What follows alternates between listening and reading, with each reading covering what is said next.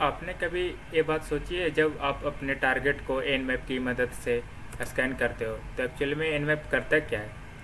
वो कैसे बताता है कि हमारा टारगेट लाइव है या नहीं, और उसके कौन से पोर्ट ओपन है और कौन से क्लोज? इसको करने के लिए एन मैप यूज करता है टीसीपी और यूडीपी प्रोटोकॉल का। और डिफ़ॉल्ट में टीसीपी प्रोटोकॉल का यूज होता है। टीसीपी प्रोटोकॉल का मतलब है रूल, जो ये हमें बताता है कि नेटवर्क के अंदर डेटा को ट्रांसफ़र कैसे करना है, और टीसीपी का यूज हम नेटवर्क में डेटा को ट्रांसफ़र करने के लिए करते हैं। जब हम नेटवर्क में किसी डिवाइस को डेटा शेयर करने की कोशिश करते हैं तो सबसे पहले एक टनल बनता है टीसीपी प्रोटोकॉल का यूज करके। जो डेटा शेयर करना चाहते हो फिर उसके बाद वो शेयर होना स्टार्ट हो जाता है। चलो मैं आपको बताता हूँ कि वो टनल बनता कैसे है, कनेक्शन एस्टेब्लिश कैसे होता है।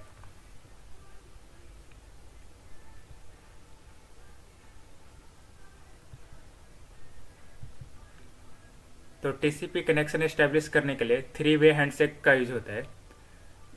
जिस डिवाइस से आप डेटा ट्रांसफ़र करना चाहते हो वो डिवाइस सिंक पैकेट सेंड करेगा जिस पर हम डेटा को सेंड करना चाहते हैं।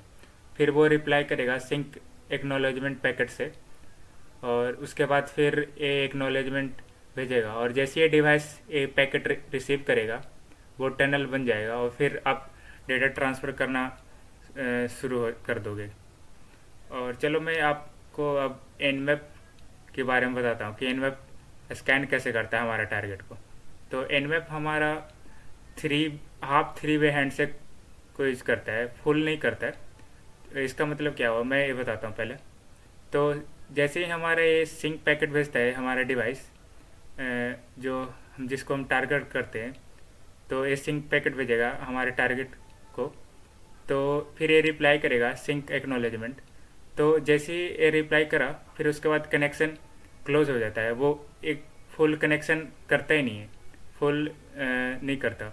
जैसे ही इसने रिप्लाई करा और इसको रिस्पांस मिल गया तो फिर इसको पता चल जाता है कि हमारा जो टारगेट है वो अप है, वो लाइव है, फिर वो नहीं करता। चलो मैं इसका आपको प्रैक्टिकल करके दिखाता हूँ। तो इसके लिए मैं बायर साक को ओपन कर लेता हूँ ताकि हम पैकेट को एनालाइज कर सकें।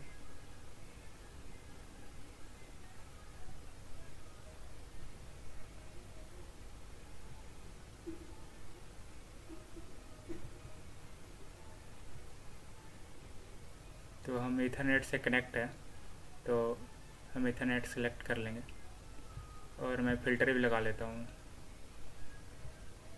जो हम करना चाहते हैं। ठीक है, तो मैं स्कैन करता हूँ।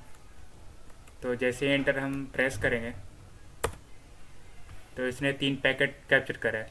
तो सबसे पहले देखते हैं सोर्स, जो कि हमारा सिस्टम है, और टारगेट जो हमारा डेस्टिनेशन, जो हमारा टारगेट है एरा। तो इसने सबसे पहले क्या भेजा, सिंक पैकेट भेजा हमारे टारगेट को, और फिर टारगेट ने रिप्लाई करा।